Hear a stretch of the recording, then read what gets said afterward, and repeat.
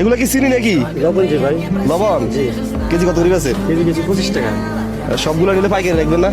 পাইকারি তো অবশ্যই রাখবো, সবগুলো নিলে।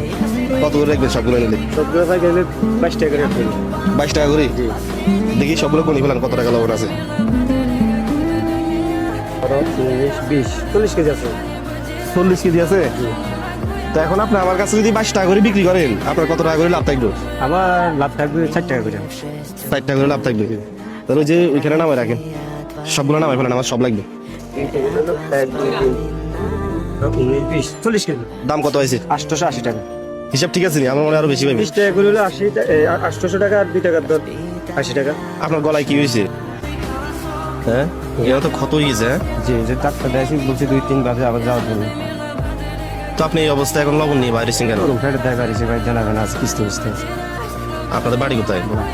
বলা। জি, লালমন থানা। তো এখন তো আপনার রেস্ট নেওয়ার যে কথা। নেওয়ার দরকার, ঠিক আছে ভাই, আমি ফেরত যাইতে পারতেছি না।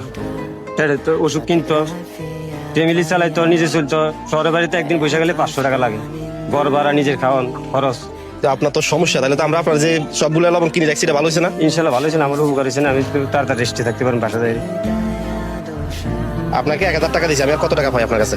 আপনি পাইতেছেন 120 টাকা।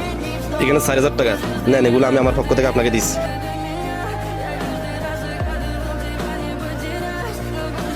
এই যে গলা থেকে ডাইরেক্ট পানি বের হচ্ছে।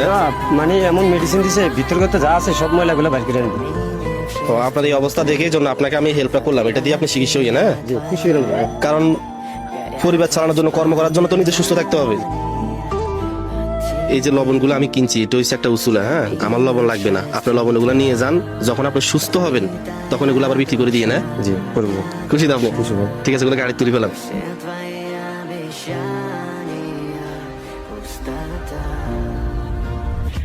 তাহলে বাসায় চলে যান। হ্যাঁ, ভালো থাকেন। আসসালামু আলাইকুম।